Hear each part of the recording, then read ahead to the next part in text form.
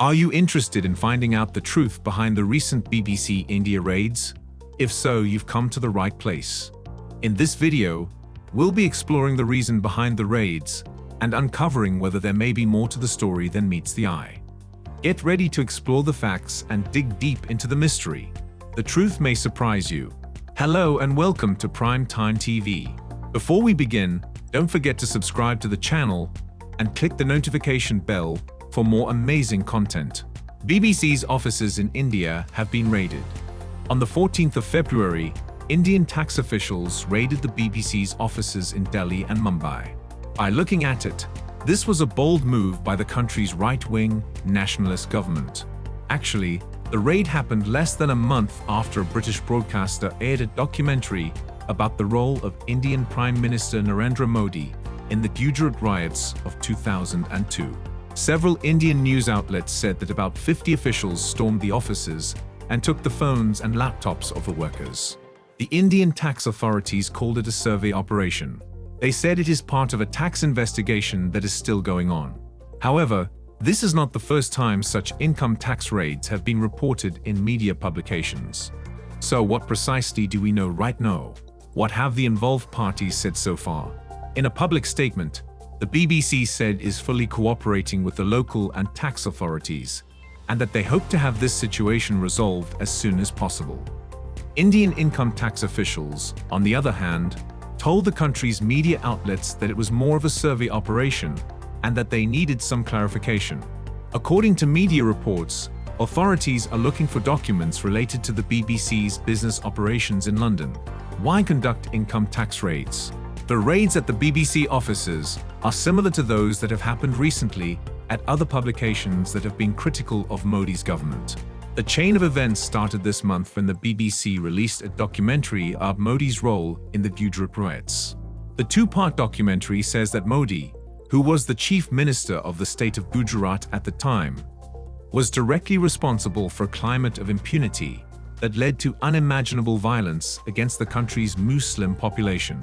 The documentary also showed that the British government gave the BBC access to official documents that showed the bloody riots had all the signs of ethnic cleansing. All of the accusations were denied by Modi, and India's foreign ministry said it was a propaganda piece. In the meantime, the government used an emergency law to stop everyone in the country from watching the documentary. Residents of India couldn't watch it on social media because links were quickly taken down. People who tried to watch it in public places were harassed or arrested by police. On February 10, India's Supreme Court turned down a request to completely ban the BBC in India, calling the request completely wrong and an attempt at complete censorship. Does the BBC raid follow pattern? In India in 2018, the offices of the Quint and the News Minute were raided on similar grounds because of their critical coverage of the government. Authorities went so far as to look through the editorial emails of journalists at the Quint and visit the home of the paper's founder, Raghav Bol. In another instance, in 2021, tax officials raided the offices of the Hindi-language newspaper group Dainik Bhaskar after it wrote about how the Indian government had mishandled the COVID pandemic. How has the government answered?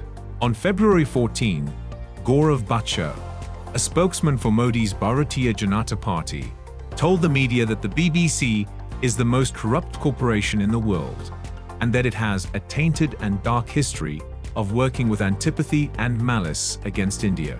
People are worried that the move will lead to more censorship and authoritarianism in the country. India will have important elections next year, and Modi's government doesn't seem to be leaving any stone unturned. What is India's track record on free speech? The Indian constitution guarantees free speech to all citizens. However, India was ranked 150th out of 180 nations in the annual Press Freedom Index by Reporters Without Borders in 2022. The Editors Guild of India, a non-profit organization that promotes press freedom, expressed deep concern about the BBC raids. Apparently, concerns have also been expressed by the Press Club of India and the Committee to Protect Journalists. The New York Times published an editorial about how India's free press is under threat. The report said that since Mr. Modi's election in 2014, Journalists have increasingly risked their careers and lives to report on what the government does not want them to. The recent BBC India raids have left many people in shock. With the lack of information available, it is difficult to determine the exact reason behind the raids. However, it is clear that something is going on behind the scenes, and it will be interesting to see what develops in the coming days. Despite the uncertainty, one thing is certain: these raids have left the Indian public with many questions and an eagerness to find out what is going on. What are your thoughts on the recent BBC office raids? Let us know in the comments. Also, if you enjoyed the video, give it a like and subscribe to the channel. Thanks for watching.